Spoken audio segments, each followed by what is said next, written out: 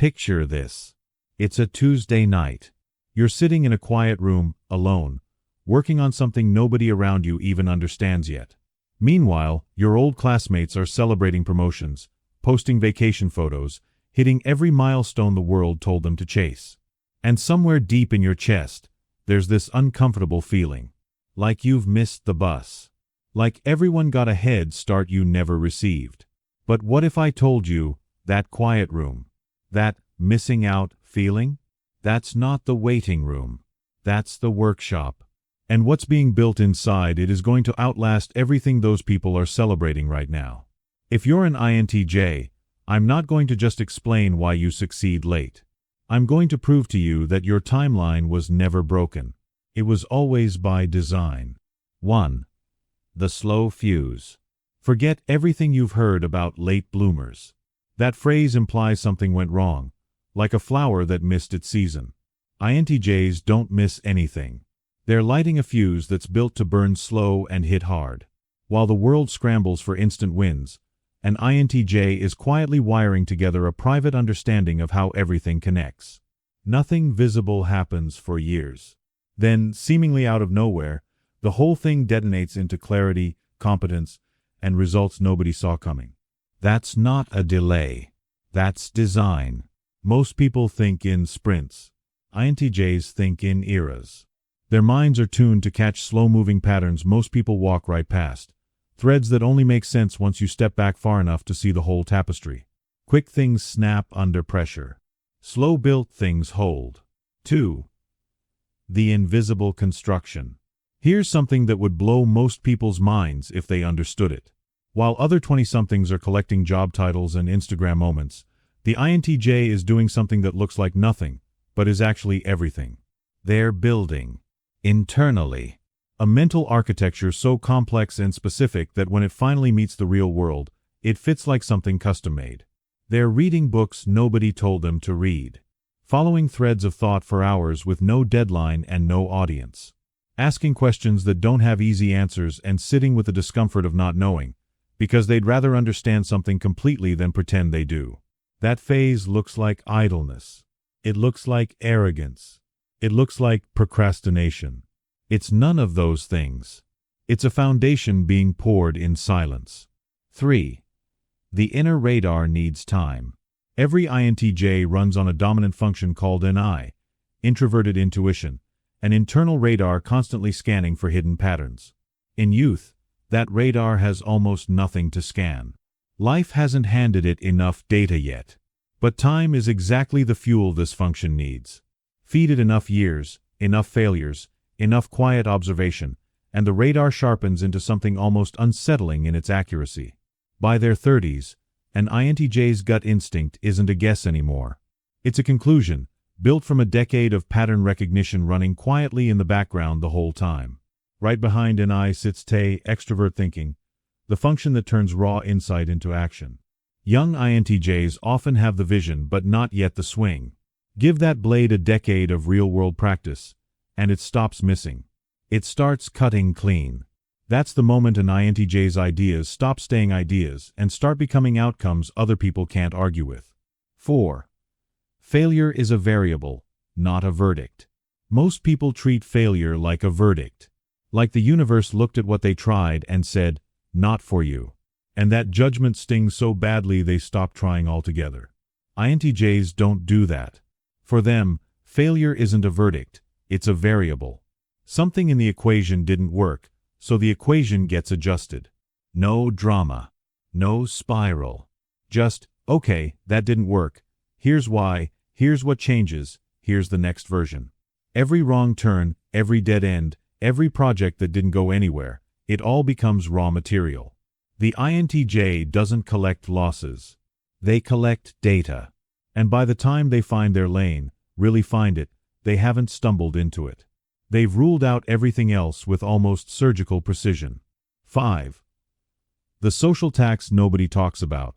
In most environments, especially early in a career, the people who get ahead fastest are not always the most capable. They're often the most likable, the most visible, the best at playing the room. INTJs, by nature, are terrible at playing the room. Not because they're antisocial, but because they find small talk exhausting, office politics pointless, and flattery intellectually offensive. They'd rather say something true than something popular. In a world where likability is currency, that costs them time. But here's where the story flips. As INTJs mature, usually through their late 20s and into their 30s, their extrovert thinking function develops real strength. They get sharper at expressing ideas in ways others can follow. They learn how to lead, how to persuade, how to work with people without losing themselves in the process. And then, they don't just catch up to the room players. They leave them behind. 6. Jung's second sunrise. Carl Jung mapped this exact arc long before personality typing existed. He argued the first half of life is spent adapting outward, chasing approval, fitting in, performing for the world. The second half, the afternoon of life, as he called it, is spent turning inward and finally integrating everything you'd been ignoring. For INTJs, this isn't philosophy. It's autobiography. Almost every INTJ hits a point, usually somewhere in their late 20s or early 30s, where the weight of carrying a big vision in a small reality becomes genuinely crushing. The gap between where they are and where their mind tells them they should be becomes unbearable. And they break. Not dramatically. Quietly. Internally. They pull back. They question everything. This is not failure. This is a reset. What's left after that breakdown is something far more solid, more honest, more directed. Most INTJs describe this period not as their lowest point, but as the beginning of their real story. 7. When they land hard. When an INTJ finally hits their stride, it doesn't look like a gradual uptick. It often looks like a sudden, almost overnight transformation. To the outside world, it seems like they came out of nowhere. But there's no out of nowhere.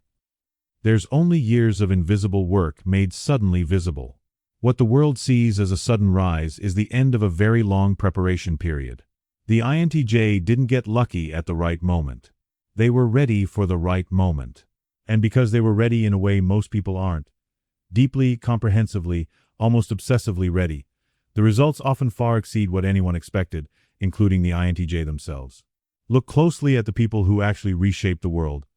Not the ones who made the most noise, but the ones whose work lasted. Nikola Tesla worked in near invisibility for years before his ideas became the backbone of modern electricity. Isaac Newton spent 18 solitary months in isolation during a plague, years he later described as the most productive of his life. These aren't exceptions. They're the rule. 8. Your delay is your differentiator. Here's the reframe that changes everything. The narrative most INTJs carry, I'm behind, I'm late, everyone else figured it out faster, is built on a completely false comparison.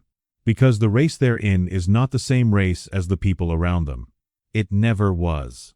The people who succeed early often succeed narrowly.